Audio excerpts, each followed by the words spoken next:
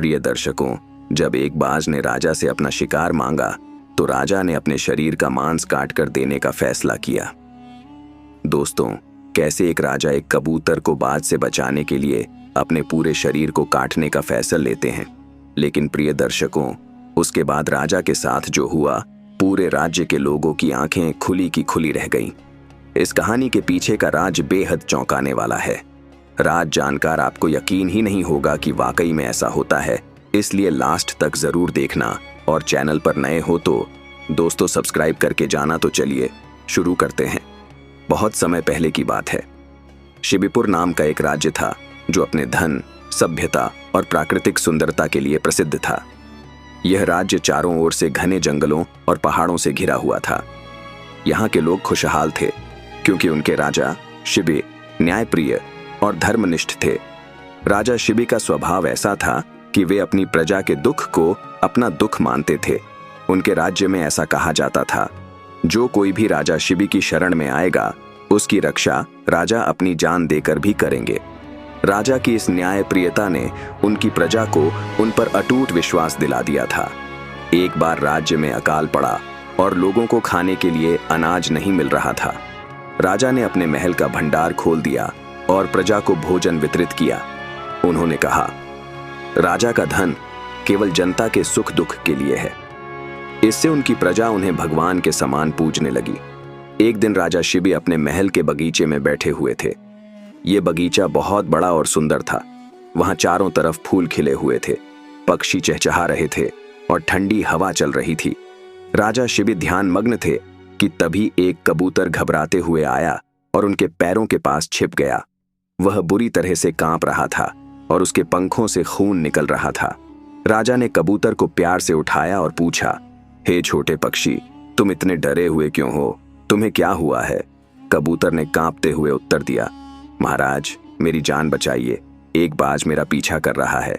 वह मुझे मारकर खाना चाहता है। मैं आपकी शरण में आया हूं, कृपया मेरी रक्षा कीजिए। राजा ने उसे गोद में लेकर कहा, तुम चिंता मत करो। जब तुम मेरी शरण में हो तब तक कोई तुम्हें नुकसान नहीं पहुंचा सकता। मैं अपनी जान देकर भी तुम्हारी रक्षा करूंगा। कुछ ही देर में बाज भी वहां पहुंच गया। उसने राजा को देखा और गुस्से में कहा, राजा शिबि, वह कबूतर मेरा शिकार है। मैंने उसे बहुत मेहनत से पकड़ा था। वह मेरा भोजन है। कृपया उसे मुझे लौटा दीजिए। राजा ने शांत स्वर में उत्तर दिया, हे बाज, ये कबूतर मेरी शरण में आया है। मेरी जिम्मेदारी है कि मैं इसकी रक्षा करूं। मैं इसे तुम्हें नहीं दे सकता। बाज ने गुस्से में कहा, महाराज, क्या आप यह जानते हैं कि आप मेरे अधिकार का हनन कर रहे हैं? मैं भूखा हूं। यह कबूतर मेरा भोजन है। अगर आप इसे मुझे नहीं देते तो आप मेरे जीवन का हक छीन रहे हैं। क्या यह न्याय है? राजा शिबि थोड़ी देर सोच में पड़ गए। एक तरफ कबूतर की जान बचाने का धर्म था और दूसरी तरफ बाज के भोजन के अधिकार को नकारना अन्याय होता। कुछ देर विचार करने के बाद राजा ने कहा, हे बाज, मैं तुम्हारे भोजन के अधिकार को समझता हूं, लेकिन मैं इस कबूतर को तुम्हें नहीं दे सकता। मैं इसे बचाने का वचन दे चुका हूं, लेकिन मैं तुम्हारे भूख का समाधान कर सकता हूं। तुम जितना चाहो मैं अपने शरीर का मांस काटकर तुम्हें दूंगा। बाज यह सुनकर हैरान रह गया। उसने सोचा कि राजा ऐसा नहीं कर पाएंगे। उसने हंसते हुए कहा, महाराज, क्या आप सच में अपने शरीर का मांस मुझे देने को तैयार हैं? राजा ने दृढ़ता से कहा, हाँ, मैं तैयार हूं। राजा शिबि ने गहरी सांस लेते हुए कहा, धर्म का अर्थ है हर जीव की रक्षा करना।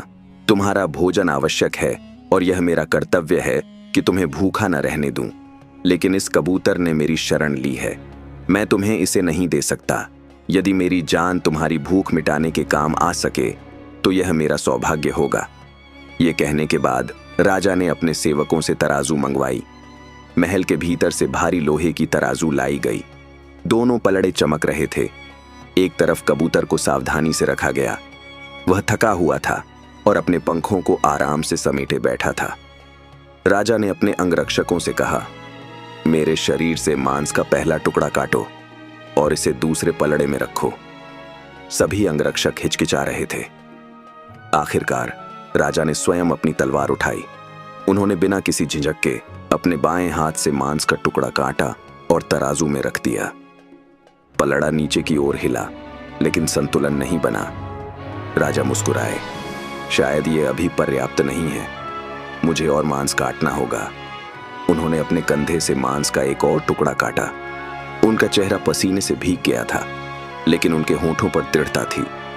जब राजा यह सब कर रहे थे, महल के मंत्री और दरबारी स्तब्ध खड़े थे। एक बुजुर्ग मंत्री ने हाथ जोड़कर कहा, महाराज, यह क्या कर रहे हैं? आपका शरीर राज्य की संपत्ति है। यदि आप स्वयं को इस तरह चोट पहुंचाएंगे तो राज्य का भविष्य क्या होगा?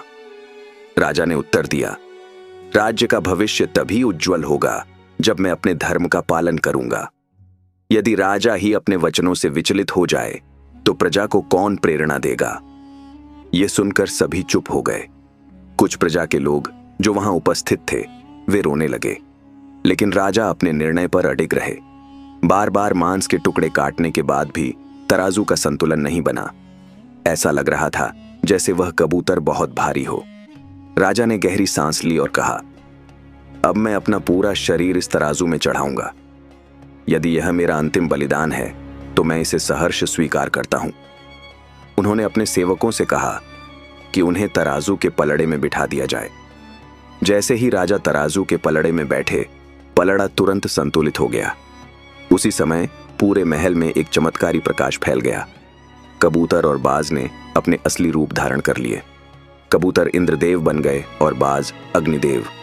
दोनों राजा के सामने झुक गए। इंद्रदेव ने कहा, राजन, ये सब हमारी योजना थी। हम आपकी सत्यनिष्ठा और धर्म का पालन परखना चाहते थे। आपने हर परीक्षा में खरा उतरकर यह सिद्ध कर दिया कि सच्चा राजा वही होता है जो अपने धर्म और प्रजा की रक्षा के लिए अपना सब कुछ बलिदान कर सके। अग्निदेव ने कहा, हे शिवी, तुम्हारा यह त्याग युगों युगों तक मानवता को प्रेरणा देगा। तुम्हारे राज्य में कभी अकाल नहीं पड़ेगा। तुम्हारी प्रजा सदा खुशहाल रहेगी और तुम्हारी कीर्ति सदा अमर रहेगी। इंद्रदेव ने भी आशीर्वाद दिया, तुम्हारे जैसे धर्मपरायण और न्यायप्रिय राजा को हम देवताओं का सदा आशीर्वाद प्राप्त रहेगा। तुम्हारा राज्य स्वर्ग के समान रहेगा। देवताओं ने अपने दिव्य स्पर्श से राजा के सभी घाव ठीक कर दिए। उनके शरीर पर एक भी निशान नहीं बचा। राजा ने देवताओं को प्रणाम किया और कहा, हे देवताओं, मैंने केवल अपने धर्म का पालन किया। यदि मेरी निष्ठा से कोई प्रसन्न हो तो यह मेरा सौभाग्य है। देवता अंतर्ध्यान हो गए। राजा की इस घटना के बाद पूरे राज्य में खुशी का माहौल था। प्रजा ने राजा के इस त्याग को सुनकर उन्हें और भी अधिक सम्मान देना शुरू कर दिया। राजा शिवी का यह बलिदान एक आदर्श बन गया जिसे लोग सदियों तक सुनाते रहे। 1. सच्चा धर्म वही है जिसमें दूसरों की रक्षा के लिए त्याग और करुणा हो। 2. शरणागत की रक्षा करना हर इंसान का सबसे बड़ा कर्तव्य है। 3. राजा या नेता को अपने कर्तव्य का पालन बिना किसी स्वार्थ के करना चाहिए।